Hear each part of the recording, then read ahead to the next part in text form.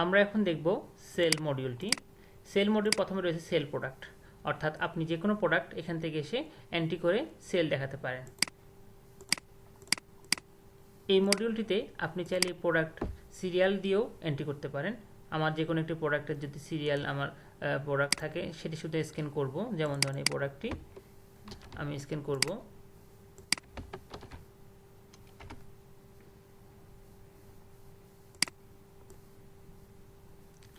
এরপর আরও যদি প্রোডাক্ট থাকে প্রত্যেকটি প্রোডাক্ট আমি এখান থেকে স্ক্যান করলেই এখানে নিচে নেমে যাবে।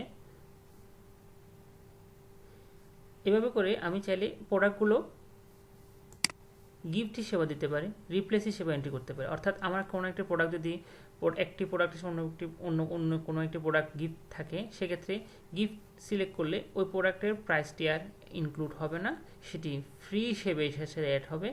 রিপ্লেস হিসেবে যদি দেই তখন এই প্রোডাক্টটি রিপ্লেস হিসেবে এন্ট্রি হবে, এটিরও কোনো প্রাইস যুক্ত হবে না। এরপরে আছে ইউনিট প্রাইস। আমি চাইলে যে কোনো একটি দরে বিক্রি করতে পারি, অথবা যদি ডিফল্ট প্রাইসে হয় সেক্ষেত্রে আমাকে কিছু উল্লেখ করতে হবে না, আমার ডিফল্ট প্রাইসে ওকে দিলে ডিফল্ট প্রাইসে এটি সেল হতে থাকবে। অ্যাড নিউ ক্লায়েন্ট, এখান থেকে আমি চাইলে আমার কখনো যদি ক্লায়েন্ট অ্যাড করতে হয় আমার আর সেটিংস থেকে যেতে হবে না, আমি সেল অপশন থেকেই অ্যাড নিউ ক্লায়েন্ট থেকে ক্লায়েন্ট অ্যাড করে নিতে পারি, এবং ক্লায়েন্ট অ্যাড করার সাথে সাথে অটোভাবে সেটি এখানে বসে যাবে। যেমন আমি একটি ক্লায়েন্ট অ্যাড করছি।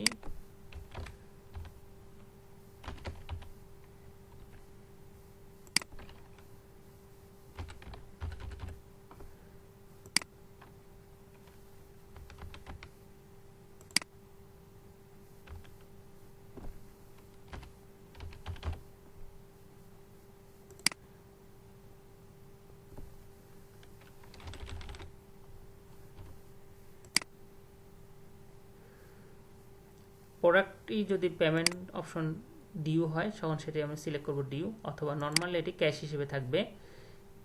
এরপরের অপশনটি হচ্ছে ডেলিভারি চার্জ, অর্থাৎ ডেলিভারি ম্যান যদি ক্যারি করে সেক্ষেত্রে যদি তার কোনো চার্জ আমরা ইনক্লুড করতে চাই তখন সেটি আমরা এখান থেকে উল্লেখ করব ডেলিভারি চার্জটি।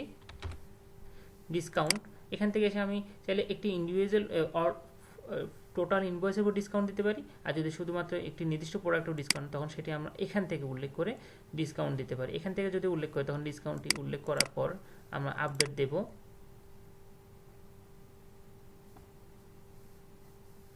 তখন সেটি আপডেট হয়ে যাবে এবং ওই পরিমাণ ডিসকাউন্ট এখানে শো করবে। এরপর আছে টোটাল আফটার ডিসকাউন্ট এবং প্রাইসের পর, সেটি আমরা এখান থেকে উল্লেখ করে ধরলাম 50 টাকা, ডেলিভারি চার্জ দিলাম, ডিসকাউন্ট দিলাম আরও 2%, তখন সেটি টোটাল কত টাকা হলো সেটি এখানে দেখাবে। ক্যাশ, অর্থাৎ আমি কত টাকার নোট দিলাম, অর্থাৎ হতে পারে আমি 2000 টাকা দিলাম, তখন আমাকে কত টাকা ফেরত দিবে সেটি আমার এখানে চেঞ্জ মানিতে অপশন থাকবে। টোটালের ঘরে থাকবে টোটাল আর কত ডিসকাউন্ট এবং ডেলিভারি চার্জের পর টোটাল কত টাকা আমার বিল আসলো, এবং ক্যাশের ঘরে আমি উল্লেখ করব আমি কত টাকা দিয়েছি প্রদান করে। অর্থাৎ ধরলাম 2000 টাকা আমার ক্লায়েন্ট আমাকে দিয়েছে, তার কাছে ভাঙতি না থাকাতে সে যখন 2000 টাকা দিল তাকে কত টাকা ফেরত দিতে হবে সেটি উল্লেখ করার জন্য চেঞ্জ মানি অপশনেই দেখাবে। অর্থাৎ আমাকে আবার ক্যালকুলেটর চেপে দেখতে হবে না, সে কত টাকা ফেরত পাবে। সে 2000 টাকা দিল, তার মানে সে 874 টাকা ফেরত পাবে। ডেলিভার্ড বাইতে আমি এসে চাইলে কারো নাম উল্লেখ করতে অথবা নট অ্যাপ্লিকেবল সিলেক্ট করলে ডেলিভারি ম্যান এখানে অ্যাড হবে না। ডেলিভারি ম্যান যদি সিলেক্ট করি তখন সেটি উল্লেখ থাকবে। পে মেথড, নর্মালি সেটি ক্যাশ থাকবে, চাইলে বিকাশ করতে পারে, কার্ড করতে পারে, ক্যাশ অন ডেলিভারি করতে পারে। অনলাইন পেমেন্ট যদি ইয়েস দেই তখন সেটি অনলাইন পেমেন্ট অপশনে অনলাইন পেমেন্ট অপশনের অন্য যেই কাজগুলো আছে সেগুলোর জন্য চলে যাবে। আমি অনলাইন পেমেন্টটি আবার আলাদাভাবে দেখাবো, তাই এখানে নো দিচ্ছি। অনলাইন পেমেন্টটি হচ্ছে কিছু প্রতিষ্ঠান রয়েছে যারা ফেসবুক বা অন্য কোনো মাধ্যমে সেল করে থাকেন, তখন সেটিও এখানে অনলাইন হিসেবে দিতে পারেন। আর যেগুলো ফিজিক্যালি কেউ এসে স্টোরে কিনে নিয়ে যাবে তখন সেটি অনলাইন পেমেন্টের ক্ষেত্রে নো হবে। এখন আমি যদি সাবমিট দেই তখন একটি ইনভয়েস ক্রিয়েট হবে।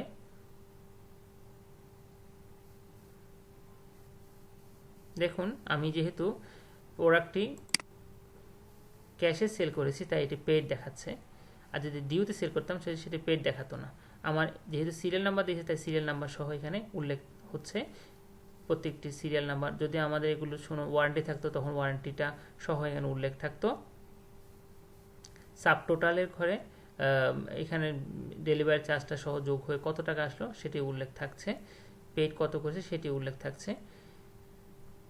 এই অবস্থায় দেখুন এখানে ডেলিভারি ম্যানের নামটিও উল্লেখ আছে। তার ফলে কি হলো, যে ডেলিভারি যে নিয়ে যাবে সেও যখন এটি প্রোভাইড করবে তখন তার নামের সাথে অথেন্টিকেশন থাকবে, অর্থাৎ সে মানুষটিকে যদি অফিস বা বাসায় ঢুকতে দিতে চায় বা না চায় সেক্ষেত্রে এই নামটি এখানের মধ্যে তাকে একটি সিকিউরিটি দিবে যে সে ঢুকতে পারবে। এই জিনিসটা আমি চাইলে প্রিন্টও করতে পারি অথবা পিডিএফ আকারে সেভ করতে পারি। এরপরের অপশনটি হচ্ছে সেল অনলাইন।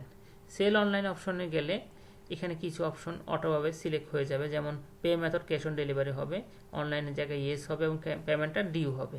অর্থাৎ সেল অনলাইনে কখনো টাকাটা প্রায় সময় দেওয়া হয় না, সেটি অনলাইনে সেল হওয়ার পর সেটি ক্লায়েন্টের কাছে যখন নিয়ে যাওয়া হয় তখন সেটি পেমেন্ট করে। এই জন্য এই অপশনটি আলাদাভাবে রাখা হয়েছে। সেল অনলাইন করার পর নিচের যে অপশন রয়েছে sold product list, pending sale list, pending sale লিস্টে সেটি চলে যাবে সেল অনলাইন করলে। এখান থেকে আমি স্ট্যাটাস ওয়াইজ দেখতে পাই, order place, processing, on the way to delivery, কি স্ট্যাটাসে রয়েছে কোন প্রোডাক্ট কোন ইনভয়েসে সেটি আমি এখান থেকে সিলেক্ট করতে পারি। যদি এখানে কোনো পেন্ডিং সেল থাকে তখন সেটি এখানে দেখাবে। এখান থেকে সিলেক্ট করে আমি চাইলে স্ট্যাটাসে চেঞ্জ করতে পারি। যেমন on the way to delivery যখন সিলেক্ট করবো সাথে সাথে একটি এসএমএস ক্লায়েন্টের কাছে চলে যাবে যে আপনার প্রোডাক্টটি on the way to delivery এবং ডেলিভারি ম্যান অমুক বা নামটি উল্লেখ থাকবে সেখানে এবং মোবাইল নাম্বার সহ।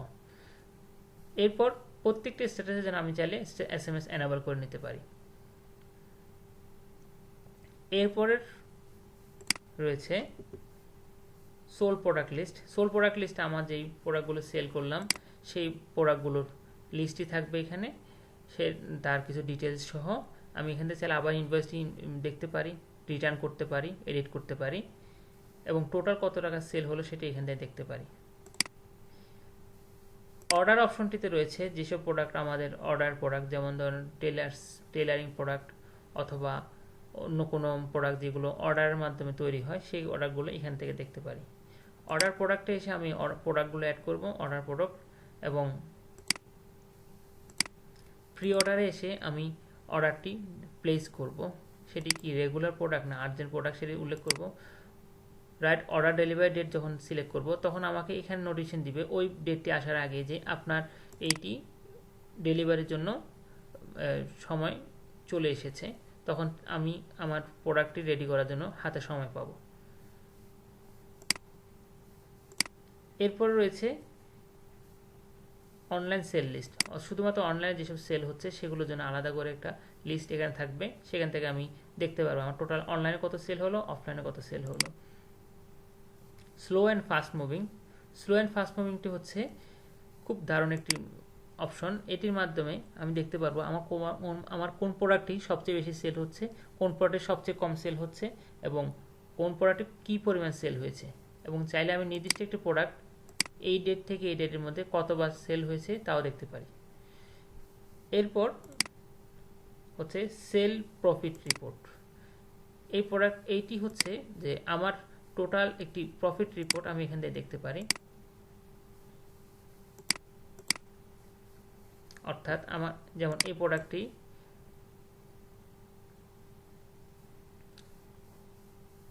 লোড হোক, যেমন এই আমার কোন প্রোডাক্টটি কত, যেমন এই আজওয়াটেস এই প্রোডাক্টটি আধা কেজি সেল হয়েছে, এটির বাইং প্রাইস ছিল 1200, সেলিং প্রাইস 1600, টোটাল সেল হয়েছে, তাহলে টোটাল আমার সেল বাবদ আয় হয়েছে 800 টাকা এবং পার ইউনিট প্রফিট করেছি 400 টাকা। এভাবে করে নেট প্রফিট 200 টাকা। এভাবে করে আমার একটা ক্যালকুলেশন বের করতে হবে আমি শুধুমাত্র সেলের মাধ্যমে কত টাকা প্রফিট করলাম।